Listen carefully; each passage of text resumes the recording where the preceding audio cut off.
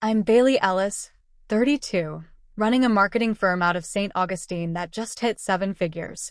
Nice house with ocean view balconies. Full staff of 12. The works custom espresso machine in the break room. Quarterly team retreats to the Keys. But rewind 15 years and picture this.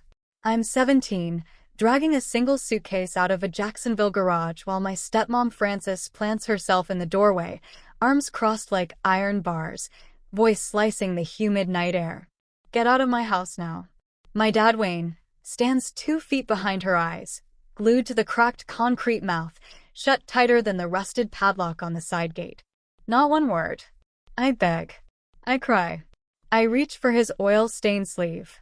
He flinches but says nothing, just shifts his weight from one boot to the other. Frances shoves a bus ticket into my trembling hand, one-way 90 kilometers south departure stamped in red ink. Your aunt's waiting. Don't come back.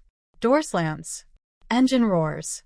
I'm on that midnight Greyhound before the echo fades, staring out the fogged window as Jacksonville's sodium lights shrink behind me, the suitcase digging into my shins with every pothole.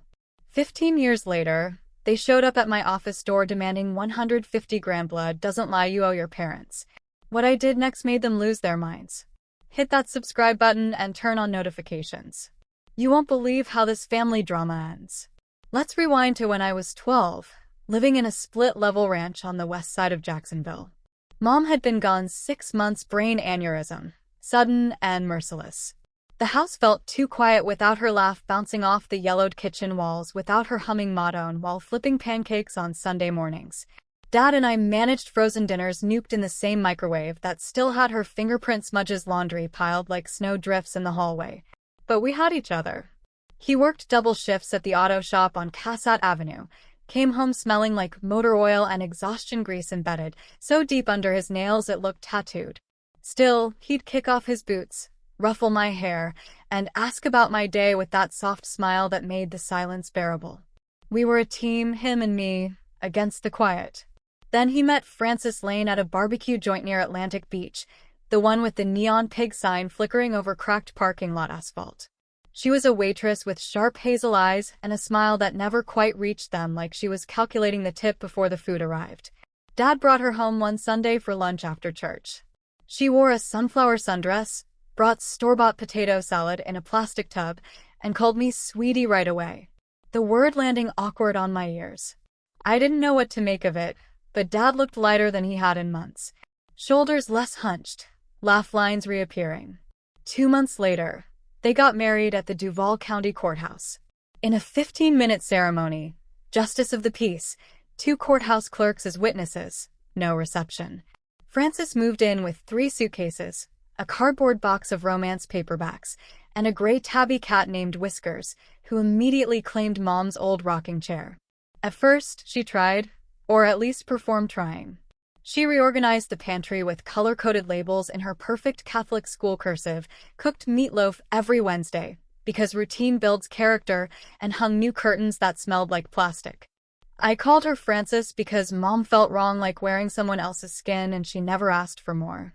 Dad said, give it time, that blending families was like breaking in new boots. Uncomfortable at first, but worth the blisters. I did. I set the table without being asked, folded her laundry into neat squares, even fed Whiskers when she worked late shifts at the diner. Anything to keep the peace, to keep Dad's new lightness from dimming. But peace didn't last. Frances started counting pennies like a dragon hoarding gold. She'd stand at the fridge with the door open, cold air spilling out, sighing loud enough for me to hear from the living room where I pretended to do homework. Milk's almost $2 a gallon. Now, she'd announce like I was the one guzzling it by the carton. Dad would nod, rub the back of his neck until the skin turned pink, and change the subject to baseball scores. She took over the checkbook, questioned every receipt with a red pen. When I needed new sneakers for school because the old ones had holes in both soles, she held the box up like evidence in court. These cost how much you'll make do with duct tape. Dad stayed quiet, eyes on the TV guide. She rearranged the furniture, too, turning our lived-in chaos into a showroom. My mom's old oak rocking chair, the one where she used to read me Harry Potter until I fell asleep, got pushed to the garage under a tarp. It's taking up space, Frances said, dusting her hands. I dragged it back inside one night while she was at bingo, wedged it beside my bed. Next morning, it was gone again. Dad helped her load it into her trunk for Goodwill muscles, straining under the weight, refusing to meet my eyes. Even when I whispered, "Please," I kept trying. I babysat neighbors' kids on weekends, sticky toddlers who left graham cracker fingerprints on my jeans, brought home $20 in crumpled fives, handed it to Frances like an offering at church. She tucked it into her purse without a thank you, just a tight smile. Every little bit helps the household. I started doing her grocery lists, clipping coupons from the Sunday paper with safety scissors, circling 2-for-1 deals on canned beans. She'd inspect them under the kitchen light, cross off anything frivolous like Cocoa Puffs or name-brand cereal. Dad ate whatever she put in front of him, plain oatmeal dry toast, and thanked her like it was gourmet. By the time I turned 13, the house rules had her name on them in black Sharpie. Curfew at 8 on school nights. No phone after 9, chores posted on the fridge like a diner menu, scrub toilets. Mop, linoleum, iron Dad's work shirts until the creases could cut glass. Frances watched from the couch, legs tucked under her, flipping channels, sipping sweet tea through a straw. If I missed a spot, she'd point it out with a manicured nail, painted drugstore coral. Details matter, Bailey. Sloppy work, sloppy life. Dad started working later, claiming overtime, paid time and a half.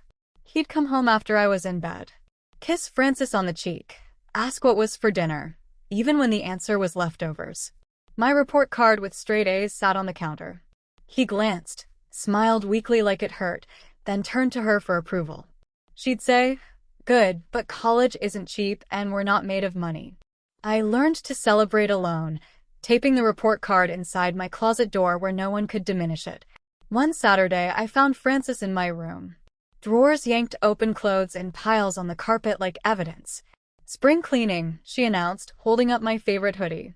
Mom's old one, faded navy with a tiny hole at the cuff, but soft as forgiveness. "This is ratty trash." I grabbed it back, heart hammering. She raised an eyebrow. "Possessions don't define you, Bailey. Let go." That night, I hid it under my mattress, the fabric still smelling faintly of Mom's vanilla lotion. The breaking point came on a random Tuesday in April. I'd aced a history test on the civil rights movement. Came home buzzing to tell Dad, paper clutched like a golden ticket. He was in the recliner, Frances perched on the armrest like a gargoyle, showing him paint swatches for the spare room that used to be Mom's sewing nook. "We could turn it into an office for your invoices," she said, tapping a shade called Seafoam Mist. Dad nodded. I waited for my turn, shifting from foot to foot. Frances looked over, eyes narrowing. "Bailey, your dad and I are talking budgets. One income, one child. That's the plan now. Blood or not, grown girls need to stand on their own 2 feet. Dad opened, his mouth closed. It stared at the TV where a muted infomercial sold miracle knives. The silence stretched until the air felt thick as humidity before a storm. I stood there, test paper crumpling in my fist, the 98 in red ink bleeding. Frances smiled like she'd won a prize at the county fair. "Self-reliance builds character, sweetie." The house turned colder from there. Thermostat set lower to save on the electric. Frances started tracking every dollar like a hawk with binoculars.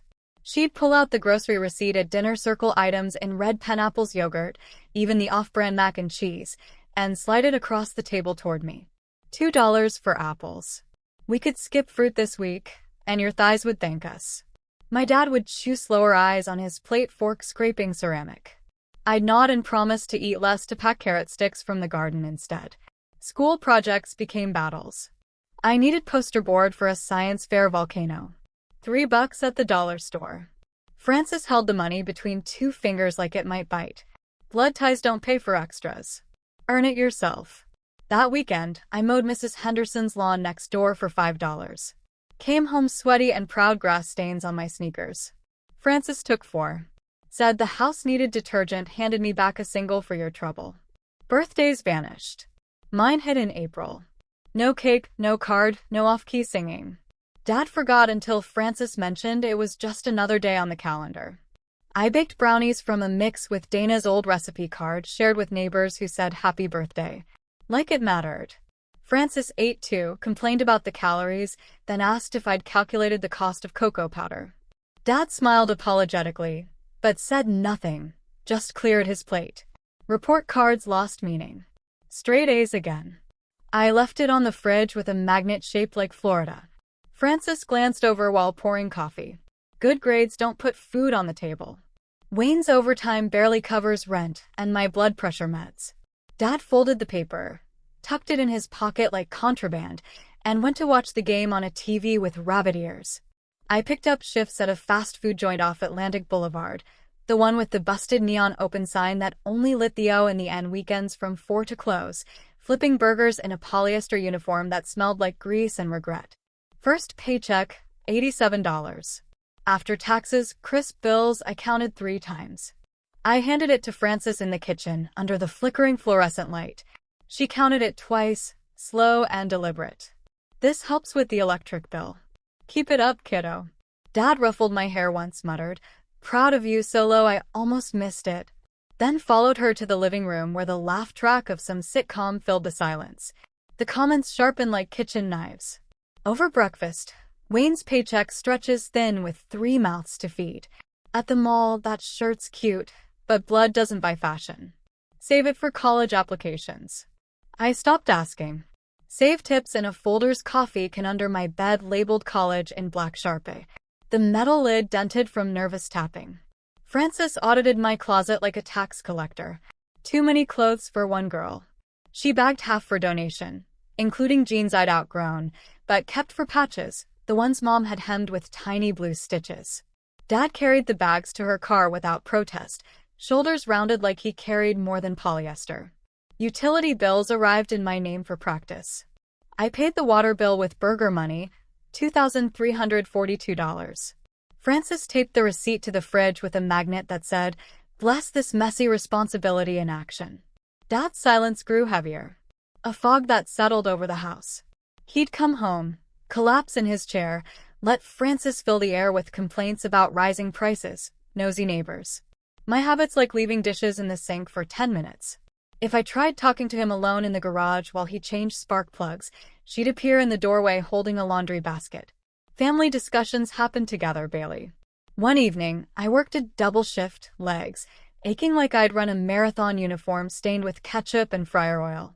Came home to Frances at the kitchen table with a calculator and a yellow legal pad. "Sit." She pushed a spreadsheet forward. Columns for rent, groceries, utilities, my share circled in red. Even blood costs money. Wayne can't carry it all forever. Dad stood behind her, arms crossed, staring at the floor like it might open and swallow him. I started eating at work free employee meal of a burger and fries, packed lunches in brown bags to save grocery money. Peanut butter sandwiches cut diagonally like Mom used to. Frances noticed, nodded approval. Smart. Less strain on the pantry. More money for the mortgage. The final straw hit during summer break before senior year. I'd saved $200 from tips, planned a community college brochure. The envelope hidden in my sock drawer. Frances found it while organizing. This could cover car insurance for a month. She said, pocketed it before I could protest. Dad watched from the hallway. Said zero, just rubbed the back of his neck until the skin turned raw. That night she cornered me in the laundry room between the humming dryer and the ironing board.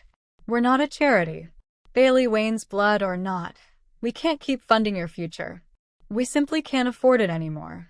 And frankly, it's time you learn the real world doesn't hand out free rides. One Friday evening after my shift, I pushed through the front door, smelling like fryer oil and teenage exhaustion. Frances waited in the garage, arms folded tight across her chest like a bouncer. Dad lingered behind her hands, buried in the pockets of his work jeans. The overhead fluorescent light buzzed and flickered, casting harsh shadows on the oil-stained floor. She pointed at a duffel bag by the workbench, my old one from summer camp. Zipper half busted. Pack what fits. You're leaving tonight. I froze in the doorway, the smell of motor oil mixing with my fryer grease. What? Why now? I just gave you last week's tips. She stepped closer, her perfume sharp. Get out of my house. We've discussed this for months. Her voice echoed off the concrete walls, cold and final. Dad shifted his weight, but kept his gaze on the oil-stained floor boot, scuffing like he wanted to disappear into the cracks. Tears came fast, hot, and uncontrollable. I dropped my apron, reached for Dad's arm. Please talk to her. I'll work more shifts. Cover everything I'm saving for college, not parties. He pulled away gently, shook his head once, the motion so small I almost missed it. No words, no fight, nothing. Francis grabbed a suitcase from the shelf, my old one from summer camp, the one with the broken wheel, and thrust it at me. Closed toothbrush. That's it. The rest stays here. It's house property now. I stumbled to my room. Stuffed jeans teased the hidden hoodie that still smelled like Mom. She followed, hovering in the doorway, tapping her foot. Faster, bus leaves in 40. Back in the garage, she fished a bus ticket from her purse like a magician revealing a card. One way to St. Augustine, departure in 40 minutes. The paper already creased from her grip. Your Aunt Dana Moss is expecting you. Don't miss it or you'll be sleeping on the street. Dad took the suitcase, loaded it into her trunk without looking up, the muscles in his jaw twitching. I pleaded again, voice cracking. Dad, say something. This is my home. Mom's pictures are still on the walls. He opened the car door for me, eyes glassy with unshed tears or regret. I couldn't tell. Francis slid into the driver's seat, engine already running. Move, Bailey. Clock's ticking. The ride to the station took 10 minutes of silence, thicker than North Florida humidity. What street lights blurred through my window into streaks of orange. At the Greyhound terminal, Francis parked curbside, hazards blinking. Out now. Dad handed me the duff, slipped a 20 into my palm. His only move all night, the build damp with his sweat. Francis revved the engine impatiently. I boarded with minutes to spare, climbing the steps with legs that felt like jelly. The bus smelled like final stale coffee and the ghost of 1,000 journeys. I took a seat near the back, ticket crumpled in my fist like a lifeline. 90 kilometers south, 1.5 hours. The driver announced departure in a bored monotone. Jacksonville's skyline faded as we hit I-95. The skyline I'd watched from the beach 1,000 times was now shrinking to nothing. Halfway, rain started, fat drops splattering the window. I pressed my forehead to the cool glass, watching wipers swipe in hypnotic rhythm. Memories flashed, Mom's laugh in that garage while Dad taught me to change a tire, her hands over mine on the lug wrench. Birthday parties with store-bought sheet cake and balloons tied to the mailbox. Gone. Francis's words looped in my head. My house, my rules. Blood doesn't pay. The bus lurched over potholes, each jolt a reminder. I counted mile markers like rosary beads, the numbers climbing: 22, 23, 24.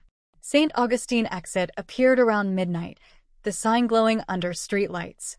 The station was dim, a single clerk behind bulletproof glass chewing gum like it was a chore. I hauled the bags off, legs numb from sitting, the duffel strap cutting into my shoulder. Headlights swept the empty lot. A familiar sedan pulled up, Dana Moss, my mom's younger sister, stepping out in flannel pajamas and a yellow raincoat, curls escaping her ponytail. She spotted me, rushed over, wrapped me in a hug that smelled like lavender soap and safety. You're here. You're safe now, sweetheart. She took the duffel without asking, guided me to the car like I was made of glass. No questions yet, just the steady pressure of her hand on my back. As we drove the last miles to her house, through streets slick with rain, I glanced back through the rear window. Jacksonville's glow vanished behind a curtain of palms and Spanish moss. I whispered to the darkness, I'm never going back. The words tasting like both promise and threat. Dana led me to her small bungalow on a quiet street near the historic district. The porch light a warm beacon. She cleared the spare room that night, pushing aside boxes of nursing textbooks and holiday decorations, made up the bed with fresh sheets that smelled like lime-dried sunshine. Stay as long as you need, she said. No pressure, no ledger. I enrolled in the local high school the next week. Paperwork handled at the district office, uniform bought with her credit card at the uniform shop downtown. She covered rent and groceries without keeping score, without circling items in red pen. Classes started tough. New faces, different curriculum, the weight of whispers following the new kid with the sad eyes. I sat alone at lunch under the oak tree until Leah Morales slid onto the bench opposite me. Trey, balanced expertly. New kid, I'm Leah. That's my thing. Need help with algebra? We swapped numbers on napkins. Study sessions at the public library became routine fluorescent lights humming over textbooks. She explained equations like puzzles, quizzed me on history dates with flashcards she laminated herself. My grades climbed fast from B's to A's in a single semester. Dana worked as a nurse odd shifts at Flagler Hospital, some nights 7 p.m. to 7 a.m. I took over cooking simple meals, spaghetti with jar sauce, taco salads with ground turkey to contribute without being asked. She left $20 bills on the counter next to the coffee pot for gas or snacks. "For your efforts," she'd say with a wink, never making it feel like payment. I saved everyone in a new coffee can labeled future in Dana's neat handwriting. Part-time jobs filled the gaps. Weekends at a beachside cafe pouring lattes for tourists in flip-flops. Weekdays stocking shelves at a tourist shop, selling alligator heads and keychains. Tips added up in a mason jar on my dresser. Dana drove me to interviews, waited in the car with the engine running and NPR low. Leah tagged along, sometimes practicing Spanish with the managers, charming them into better shifts. Senior year brought scholarship application stacks of forms on Dana's kitchen table. Leah proofread essays until midnight. Dana typed them on her ancient Dell computer that sounded like a jet engine. Full ride to the State University marketing major. The acceptance letter, thick ivory paper. Dana framed it on the wall next to her nursing degree. Both of us beaming in the photo she snapped with her flip phone. College meant dorms, but I commuted to save money 45 minutes each way in Dana's hand-me-down Corolla. Early classes, late shifts at a campus bookstore, shelving textbooks thicker than bricks. Leah transferred to the same school sophomore year, shared rides in her beat-up Civic with the busted muffler blasting playlists of early 2000s pop. Group projects turned into business ideas. Mock campaigns for local coffee shops. Instagram strategies for student organizations. Internship junior year at a small agency in Gainesville sealed it. I designed social media ads that boosted client sales 20% in one quarter. Numbers I presented in a PowerPoint that made the owner tear up. Boss offered part-time pay and a corner desk. Summers the first freelanced, built a portfolio on a second-hand MacBook late nights, fueled by Red Bull and ambition. Leah handled graphics. We split fees 50-50, celebrating with cheap tacos and high fives. Graduation day. Dana sat front row in a sundress and sun hat, clapping loudest when my name echoed across the arena. Leah snapped photos with her new Delar tears in her eyes. I walked the stage, debt-free diploma in hand, the tassel swinging like freedom. Post-grad, I rented a tiny office above a coffee shop on Hypola Street, the kind with exposed brick and a leaky ceiling. Started with one client, a bed and breakfast, needing online bookings to compete with Airbnb. Word spread through St. Augustine's tight-knit business scene. Hired my first employee 6 months in Maria, a whiz at SEO. Leah joined full-time after her design degree. Her cubicle exploding with color swatches. We rebranded restaurants with oceanfront patios, launched e-commerce sites for artisan jewelers. Revenue doubled yearly, then tripled. By 25, we moved to a proper suite downtown with floor-to-ceiling windows and a balcony overlooking the bay. 10 staff, steady contracts, a ping-pong table in the break room for stress relief. Dana stopped by grand openings. Brought homemade oatmeal raisin cookies and Tupperware. Proud doesn't cover it, she told reporters from the St. Augustine Record, her arm around my shoulders. Then the letter came. Plain white envelope, Jacksonville postmark that made my stomach drop.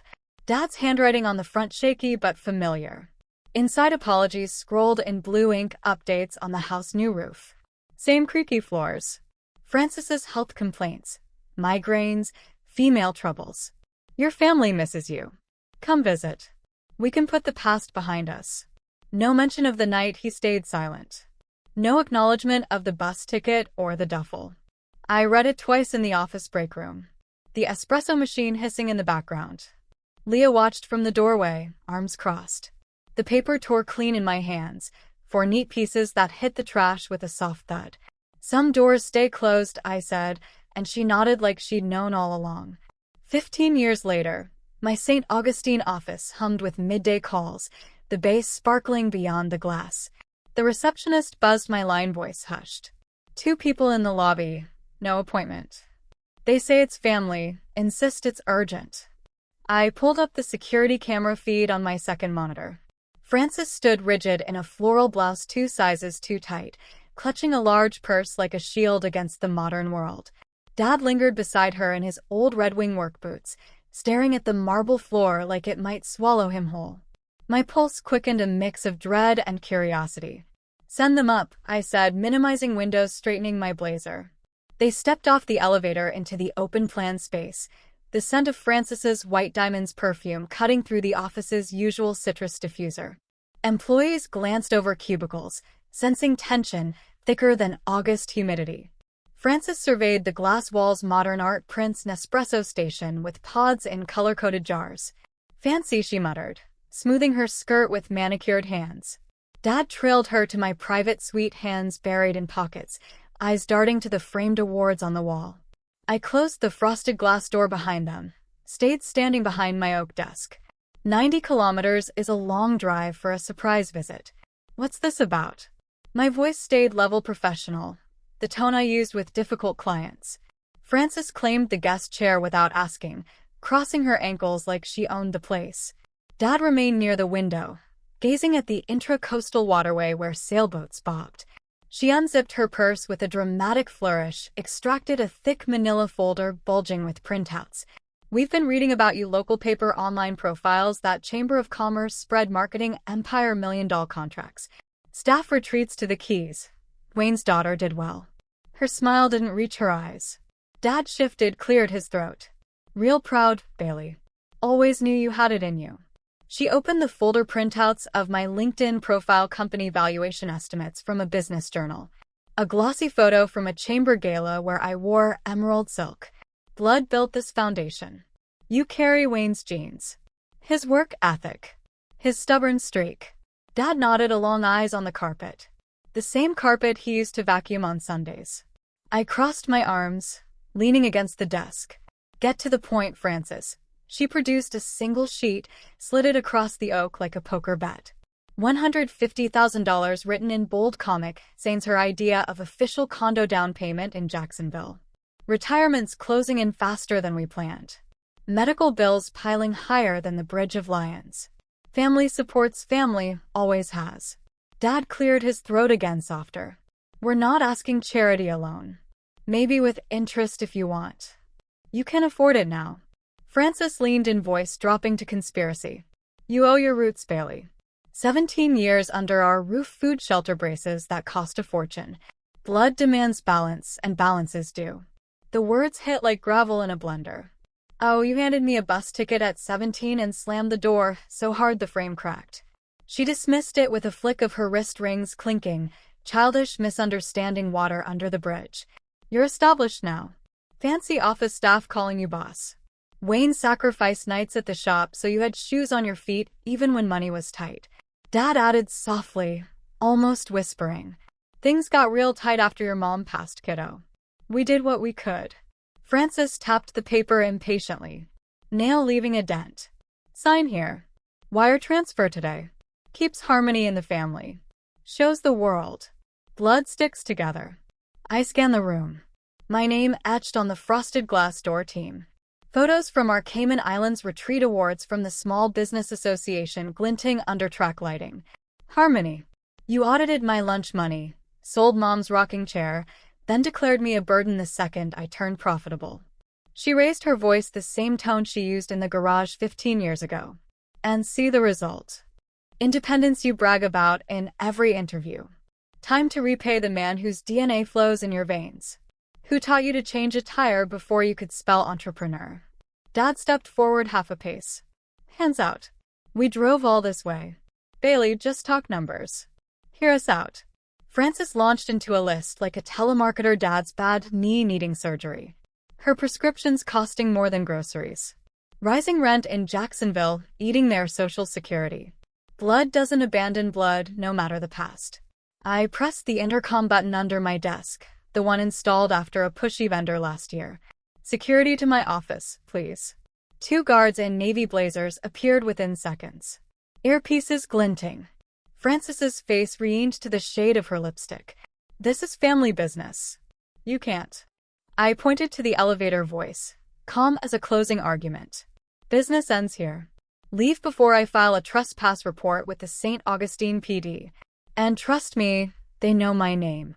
Dad's shoulders slumped like a deflated balloon. Frances gathered her folder, muttering about ingratitude and kids these days. The guards escorted them out, one on each arm, the elevator doors sliding shut on Frances's final glare. 3 weeks later, outside a St. Augustine restaurant with fairy lights strung over the patio, Leah and I wrapped a client lunch, shaking hands over shrimp and grits contract signed when a beat-up sedan screeched to a stop blocking my Tesla. Frances burst out the driver's side face, twisted like she'd bitten a lemon hair, escaping her bun in angry wisps. Dad stayed inside, head down hands, gripping the wheel. "You heartless girl," she yelled, drawing stares from diners, sipping mimosas, stealing from your own blood after everything we sacrificed. Leah pulled her phone, started recording discreetly from her hip. I stepped back onto the curb. "Frances, leave now. You're violating the no-contact order I filed last week." She advanced, grabbing my sleeve hard enough to wrinkle the silk. 150,000 Wayne's daughter turns her back on her father. "Sign the transfer or I'll scream it to the whole town," restaurant staff emerged. The manager, a former client, dialed 911 with practiced calm. Frances ranted, louder voice cracking. "Blood owes blood. You drove us to this with your fancy lawyers and your big city attitude." Sirens approached fast. 2 St. Augustine PD cruisers pulling in with lights flashing. Officers exited, hands on holsters. "Ma'am, step away from the vehicle.